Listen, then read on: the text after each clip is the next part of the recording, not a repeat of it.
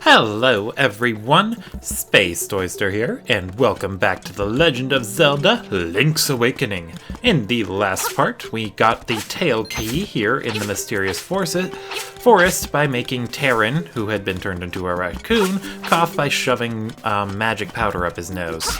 There's no cocaine metaphor in there, don't worry about it.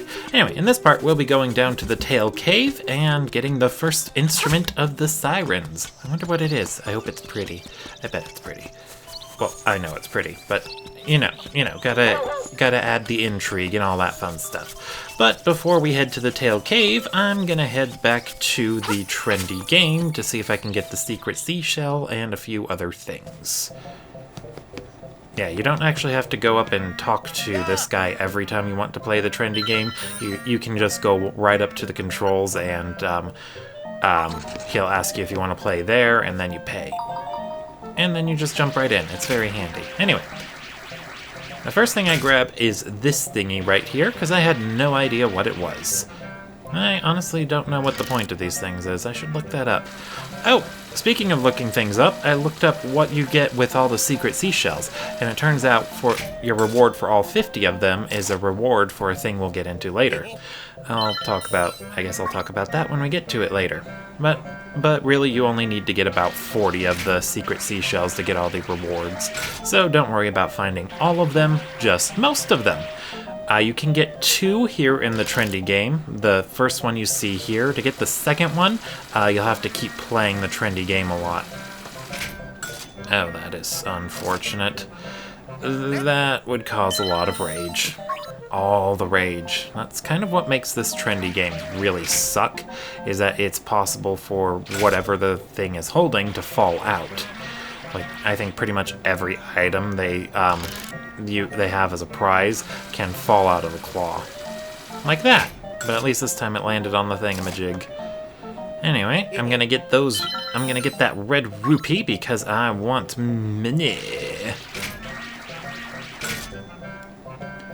Money, money, money. Money is always good to have. And honestly, if you're going to play the trendy game, you may as well get the red or purple rupee if it's there, so that way you at the very least make some money back. Although in this case, even with grabbing the red rupee, I still lost 40. But losing 40 is better than, no, I lost 20, but yeah, losing 20 is better than losing the 30 I would have if I hadn't grabbed it. I suppose, I don't know. A Chow Chow figure, that's what it is. So I think the name's Chow Chow. Anyway, going back in to see what else they got, and this time they just have a purple rupee, a red rupee, and a healing heart. On the moving platforms there's also a new shield, and there was also a bag of magic powder. Neither of which you really need. You can get free magic powder whenever you want. Just grab another toadstool and bring it back to the witch. And the shield, you can probably get it cheaper. This is a stand for something. It says Chow Chow. Place the Chow Chow figure. Place it. Oh, ho, ho. Oh, yeah. I tried to see if there's anything else that happens when you put the things up there, but there's no immediate difference. Anyway, I feel like I was talking about something. Was I talking about something? I don't remember. Anyway, before heading into the Tail Cave, though, I decided to continue with the trading sequence. Last time we got dog food, or at least I thought I was going to continue with the trading sequence. Wait, what am I doing? I don't know what I'm doing. Anyway.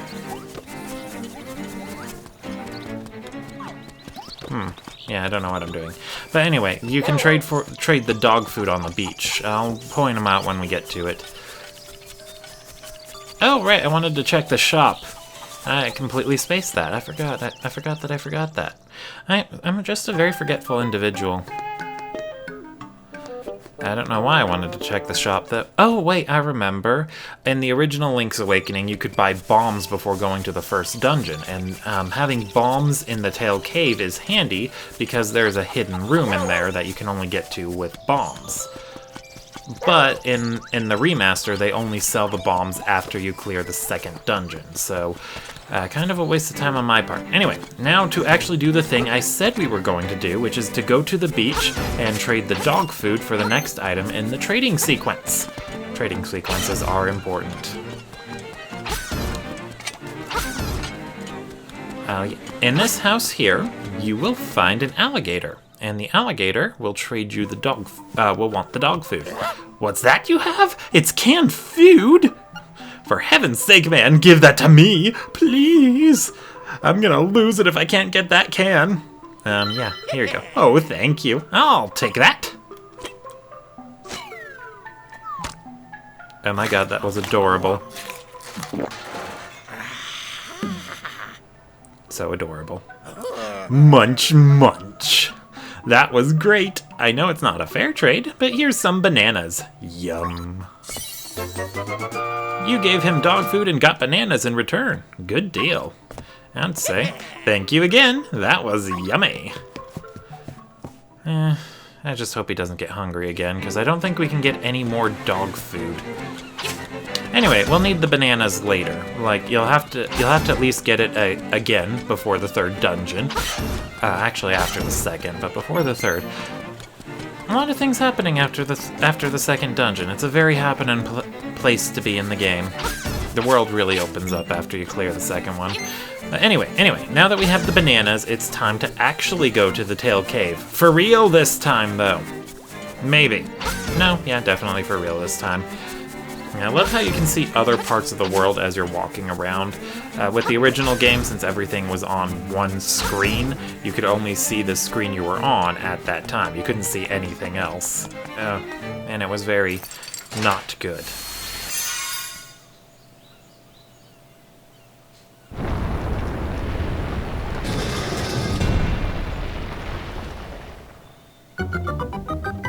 Ominous! Anyway, let us go in there. Now, with any Zelda game, this one in particular, it is always good practice to save at the very start, which is exactly what I'm going to do here. So that way, if you somehow get yourself trapped in the dungeon or unable to complete it, I think that can happen in 1 or 2 of the dungeons in Link's Awakening, you have a save to fall back on, so that way you can at least try it again, and hopefully not make that same mistake. I don't remember ever getting stuck before, but I think it's a possibility with some of the dungeons. I'll have to look more into that, though, and then point it out when in the places it can happen. Ooh, we got the compass. You can now see where the chests and Nightmare are hidden. This compass has a new feature. A tone will tell you if a key is nearby. I think that's a feature they kept using well after this game. Also, and this allows me to show off something about the Guardian Acorn and the Piece of Power. You can't have both of them active at the same time. You can only have one or the other. I would recommend always trying to go for the Piece of Power over the Guardian Acorn, on normal mode at least. On hero mode, it's probably the other way around, if they ever drop. Things are usually unlucky there.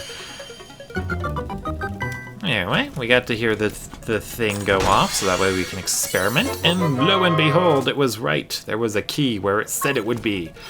Well, not really. Anyway, here's the dungeon map. You can see all the chests on there. These guys are stealth. Well, actually, I don't know if they're Stalfos. There's another enemy that could be Stalfos. Well, I'm just gonna call them jumping skeletons. Oh yeah, I got lucky. I stood where the chest is going to spawn, so he walked out of the way. So we got to test that out, by accident, right away. Hey, a map, cool. And there we go, that's what the map looks like. I think that's supposed to be a tail.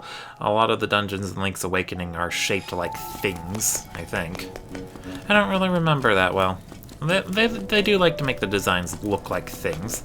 Anyway, this is a one-way door. You step there, Link goes in, and the door shuts behind him. It's always important to remember where those are at. Now me, being a idiot who didn't really research his way through the dungeon, I should have gone right first instead of left. If you go right, you would have gotten an item that's useful for first-time players, whereas going left, it's the faster way to go because you need to go left first in order to go all the way through the right. But the item that they have on the right, the stone beak... Ooh, I thought I missed that chest. Anyway, the stone beak that you can get by going right first, that will allow you to talk to the hint statues and get hints on how to get through the game. And it's well, or not the game, but the dungeon, and it's pretty handy to have hints, especially if you're a first-timer. But you don't really need those hints if you're watching this and you're playing along, because I'm going to be your hint person. I'm not going to be a very good hint person because I'm just solving everything and not really doing a good job of talking about it. Yeah, unfortunately you can't hit through the blocks. It's very, very sad. Alright, and those things going around those yellow thingies going around the blocks, those are sparks. They are very, very much just a hazard to watch out for. You can kill them much later on with one specific item. The beakless statue is saying something. You can't make it out. But that item is optional, so I wouldn't expect to be able to kill them. Anyway, these guys are also a weird new enemy. They will charge at you if you get right above them or you know, just directly above or directly to their side. And you have to block them with a shield in order to stun them. Anyway, you'll also notice here there is a very familiar looking enemy, Goombas, coming in from the Mario series to make a cameo. And yes, they did actually have Goombas in the original game too. Goombas aren't all that interesting. Just like in Mario, they just shuffle left to right and they don't do that much. Here we go. I tried to block those guys, but I don't think blocking them's a good idea. You got the Rock's Feather! It feels like your body is a lot lighter. Alright, and let's go ahead and put that there. I love the Rock's Feather. I'm not very good at using it though. But the Rock's Feather, obviously, lets you jump. Link's Awakening was the second Zelda game they made where you can actually jump. The first being the Link's 2, or Zelda 2, I believe. But that game was an oddity in and of itself. Jumping was something that you couldn't do in the third Zelda game, A Link to the Past, and I think that A Link to the Past is definitely more influential on the series as a whole than the first two Zelda games were. So, A Link's Awakening allowing you to jump really differentiates it from A Link to the Past, because you couldn't jump whenever you wanted in A Link to the Past. There were fixed points where you could. I don't know why I went in there. Anyway, there's a rocky thingy on the left that you can see there. That's where you need to use the bombs. I'll come back and show it off later. But for now, we are going to get the boss key, or the nightmare key as they call it. So I'm really glad that they put in the item that makes a Link's Awakening very different to A Link to the Past in the very first dungeon. It allows you to get used to it right away. You got the nightmare key. Now you can open the door to the nightmare's lair. And you can jump while you're charging your spin attack. You can even jump while you're charging your spin attack. It's very neat. You could even do this in the original game too, but that one was extremely limited. And since you had to have both the Rock's Feather and the sword equipped, you would be even more limited in what you can do. Anyway, this room up here, you'll notice these enemies all have different, I forget what the word was. Suits, card suits, like hearts, spades, diamonds, and all that fun stuff. And you have to hit them, or when you hit them, their thing stops on one of this time. You found a stone beak. Now to find an owl statue to fit it into. And conveniently, there's one right there. Turn aside the spinned ones with a shield. But yeah, you see, it would have been very handy to get the owl beak first, and then go to the side to get the Rock's Feather and all that fun stuff, because then you'd have the stone beak required to talk to the hint statues while you were passing by the hint statues. Anyway, yeah, as I was saying about those enemies, you hit them and then they stop and you have to make them all match the same suit. If there is a door that you can't open, move a square block. I think that was an added statue that they put into the Game Boy Color re-release, which this game is more based on than the original. But honestly, the two of them are so close, they're pretty much the same game. Turn aside the shield ones with the spiked ones with a shield. I think that's what it said. It was the same one from before. I don't know why they put the exact same owl statue in two different rooms. It's a bit annoying. Annoying's the right word. Alright, anyway, now that we actually showed off the hint statues, it's time to go back and make progress. progress is good. Except when it's not. I don't know when it wouldn't be. Anyway, this is a mini-boss. He probably has a name, but I don't know what it is, and I don't care to check. What he's going to do is he's going to try and push that at you, or push that spiky thingy at you. You jump over it, and then you hit him. He would normally take 6 hits, but because I had a piece of power, it only took 3. And the reason I didn't pick up the fairy is because they programmed the fairies to not immediately jump into Link to heal him. To pick up the fairy, you have to swing at it with your sword. So that way you can pick it up with a bottle if you have one. Buzz, buzz, outsider! Moldorm! Now, Moldorm is our very first boss, or nightmare. As you can see, you are able to jump over him, but it's not a very good idea, because it's very dangerous.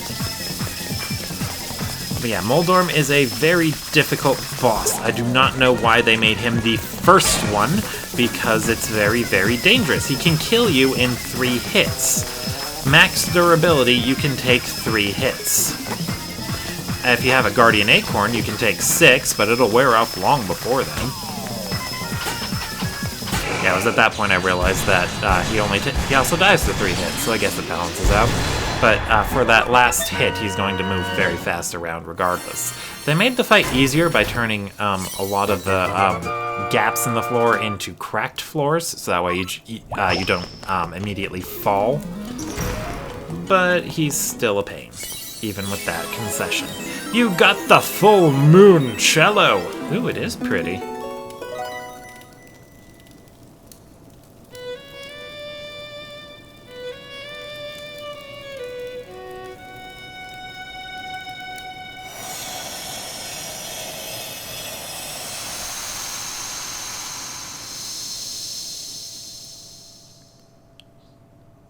Swamp. A path opens in the blooms.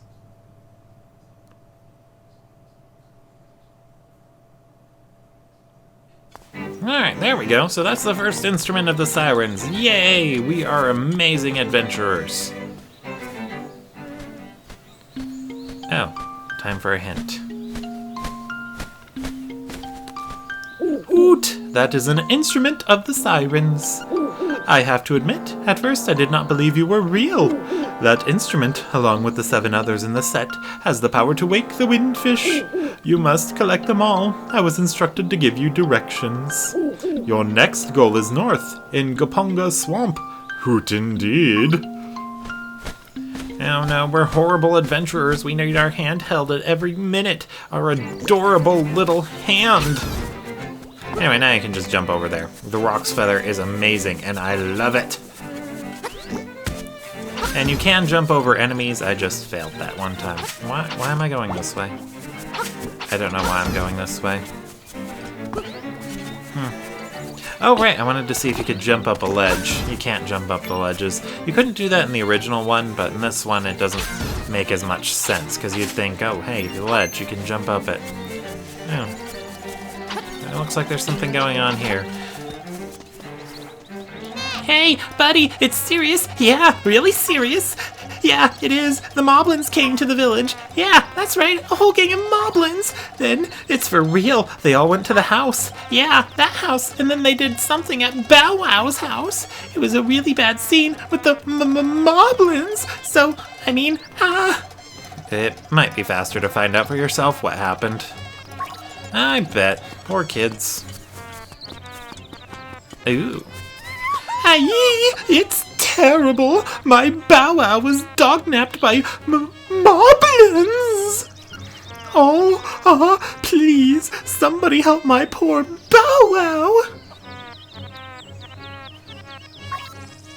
Alright, we will get right on that, lady. Link, being the mute that he is, isn't actually going to tell her he's going to do that. And we're also going to look around town a bit more before actually doing anything. Yeah, if you can afford to do it now, I would recommend picking up picking up the shovel. It is very, very handy to have the shovel. It works really well with Bow Wow. You will see later, a little bit later, why. So I think that's actually what I'm going to do here. I think. I don't remember. Yeah, because I only need to get the purple rupee a few times to save up enough money to get the shovel, and it's really good to have the shovel. Also, you'll see that there's a Goomba statue up there. It takes me forever to get the Goomba statue because I don't want to get the Goomba statue. Anyway, I'm going to cut ahead to when we've got the shovel and we're actually continuing on and making progress, because progress is good. So I will see you guys there. Alright, there we go. So we got 200 rupees now, so it's time to head up to the shop and buy that shovel. You know, this is a very tense scene, very dramatic, very, very important that we buy this shovel. Deluxe shovel, 200 rupees. Seems expensive, but we're gonna buy it anyway. You got a shovel. Now you can...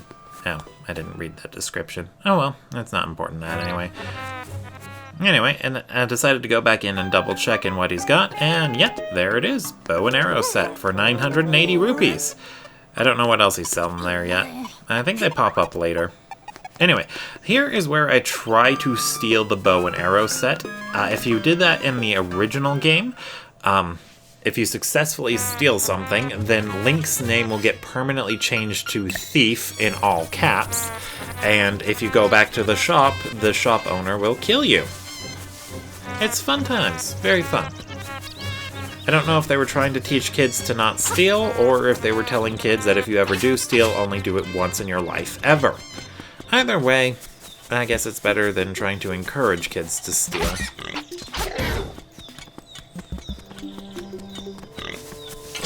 Although, if in the original game, if you are going to steal something, make sure it's the bow and arrow set, because once you got that, you have no reason to head back into the shop. Once bombs become available, they'll make sure they're readily available for you. I don't know why I went this way, because you cannot get to the Moblin layer this way. This is how you get to the second dungeon. I think I wanted to explore up there really quick, like.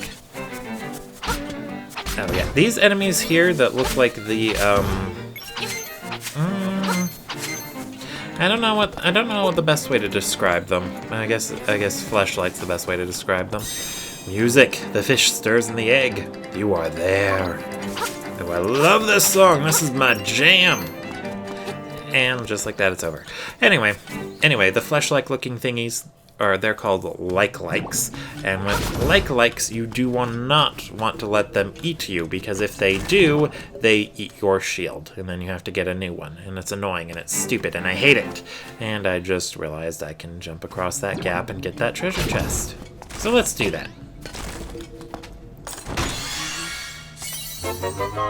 Woo! 20 rupees. Joy.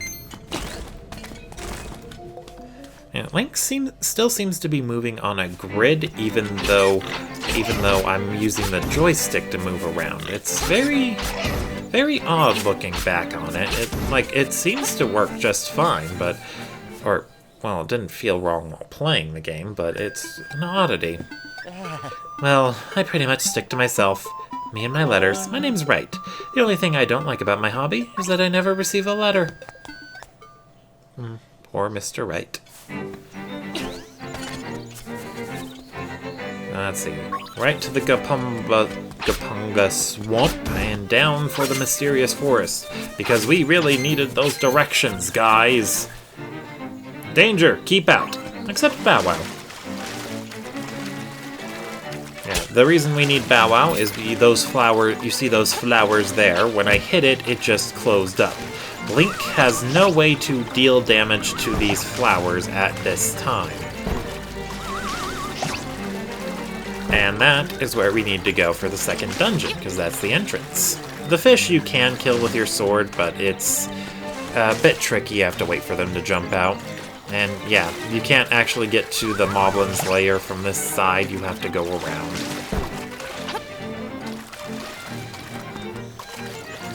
It's very inconvenient. I do not like it. No, I do not. Anyway, I thought I had a thing to ramble about, but I forget what I was rambling about. Oh no, Link took damage. They did make those big flowers a lot more deadly, though, since they can fire across the whole screen. Well, they could only fire in the screen you were on, but now they can fire whenever you're close to them, so their range is a lot larger. Well, not a lot larger, but it's larger than it was before, so that does make them more dangerous. Fortunately, getting on the right path isn't that complicated, just jump over there. Yeah, it's a bit inconsistent that not all... Oh wait, no, never mind.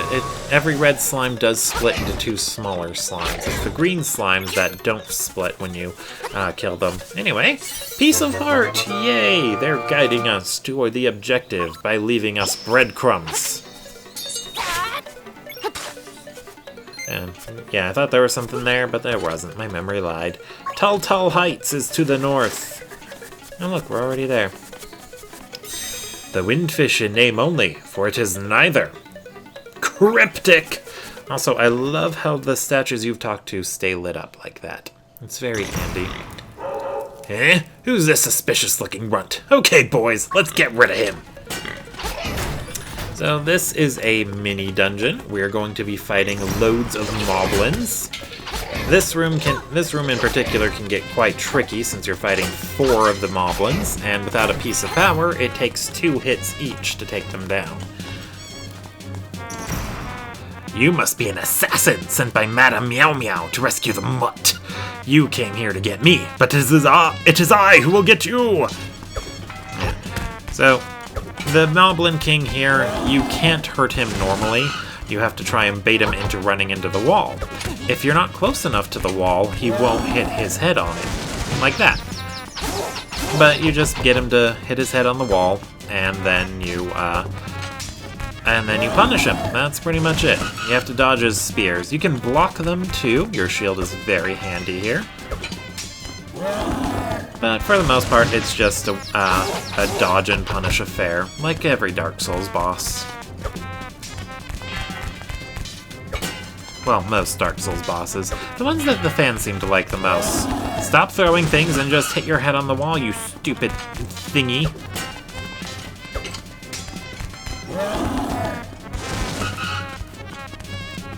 Yeah, they turned it into a waiting game. That seems to be the go-to Zelda strategy for making anything difficult. Make the player wait.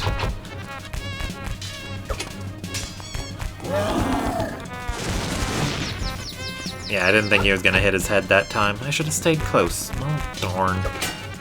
Just like in Dark Souls, you want to hug that booty. Or any Souls-like game, really, I've noticed. Well, maybe not everyone. I've been playing a lot of that, Code Vein recently. Well, not too much. Probably more than I should have been, but you know.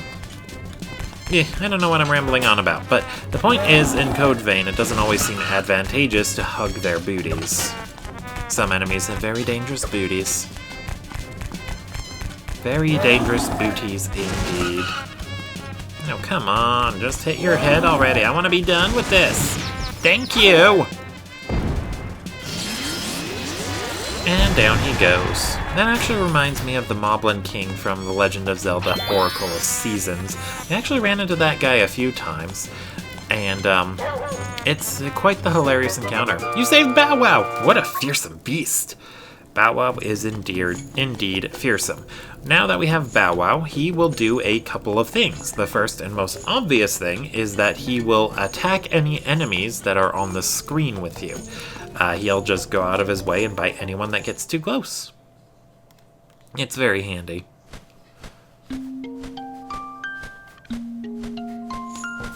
Ooh. Mr. Owl is here.